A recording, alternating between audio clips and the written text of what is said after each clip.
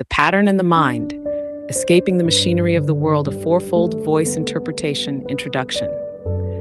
Romans 12:2. Do not conform to the pattern of this world, but be transformed by the renewing of your mind.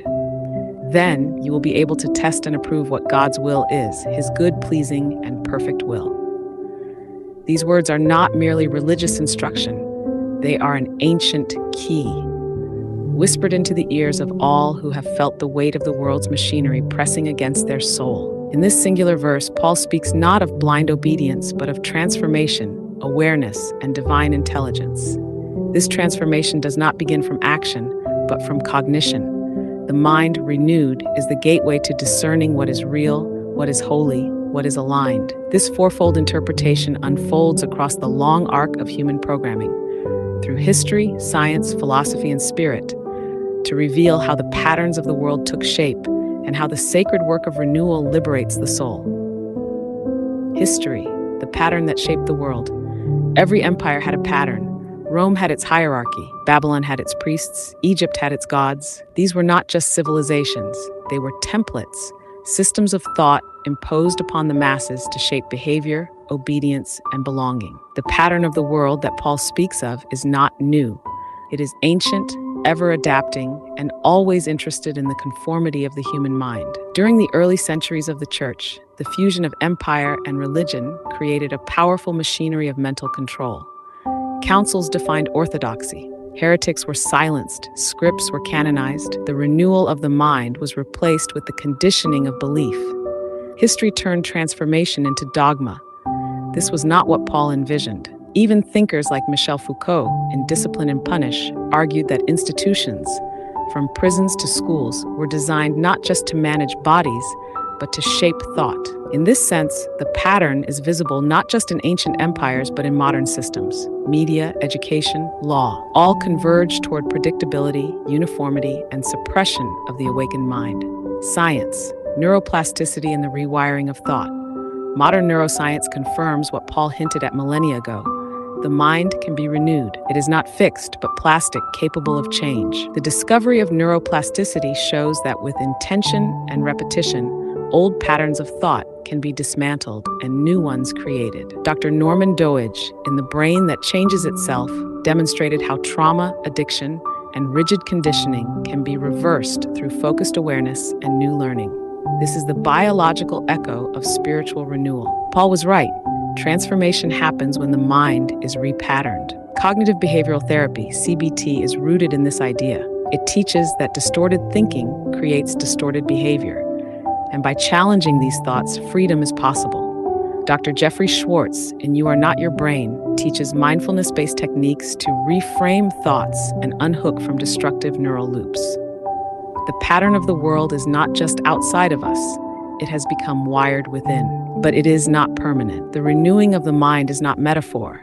It is mechanism. Science affirms you can rewire your life. Teen. Philosophy, autonomy, conformity, and the ethics of thinking. To not conform is to claim sovereignty. Philosophers have long echoed this call. Immanuel Kant, in What is Enlightenment, defined enlightenment as man's emergence from his self-imposed immaturity. Dare to think, he said. Think for yourself. This is the philosophical echo of Paul's urging. Søren Kierkegaard, in The Present Age, warned that the crowd is untruth. Conformity, even in religion, is the death of authenticity. To renew the mind is to wrestle with the self, not adopt the opinions of the age. Nietzsche, in The Gay Science, wrote of the need to become who you are, not who the system shaped you to be. Simone Weil, in Gravity and Grace, argued that real attention, deep, present, uncoerced, is the gateway to the divine. To think clearly is a spiritual act. Philosophy reminds us, the renewal of the mind is not just personal healing, but moral resistance to a world that rewards sleep. Ive, spirit, the mind as the altar of God. Paul does not call for the destruction of the mind, but its transformation. This is crucial. The mind is not the enemy of spirit, it is the gateway. In The Power of Now, Eckhart Tolle reminds us that identification with thought is suffering, but awareness of thought is liberation. Renewal begins when the witness awakens. In Falling Upward, Richard Rohr teaches that the first half of life builds the container, the curated self, but the second half seeks essence. The mind must be renewed to see differently. This is the birth of wisdom. The mystics knew this. Teresa of Avila, in Interior Castle, mapped the soul's journey inward, layer by layer, thought by thought, until it meets the indwelling presence. Thomas Merton called contemplation the highest expression of man's intellectual and spiritual life, a mind at rest in God. The renewing of the mind is not about better opinions. It is about surrender. It is about remembering. It is about returning thought to its rightful master. Not the world, but the infinite. Conclusion, a mind made new. Romans 12:2 is not a command to be good. It is a compass to become whole. It invites us to examine the patterns that formed us, the systems that shaped us, and the thoughts that govern us. Then it offers a radical path.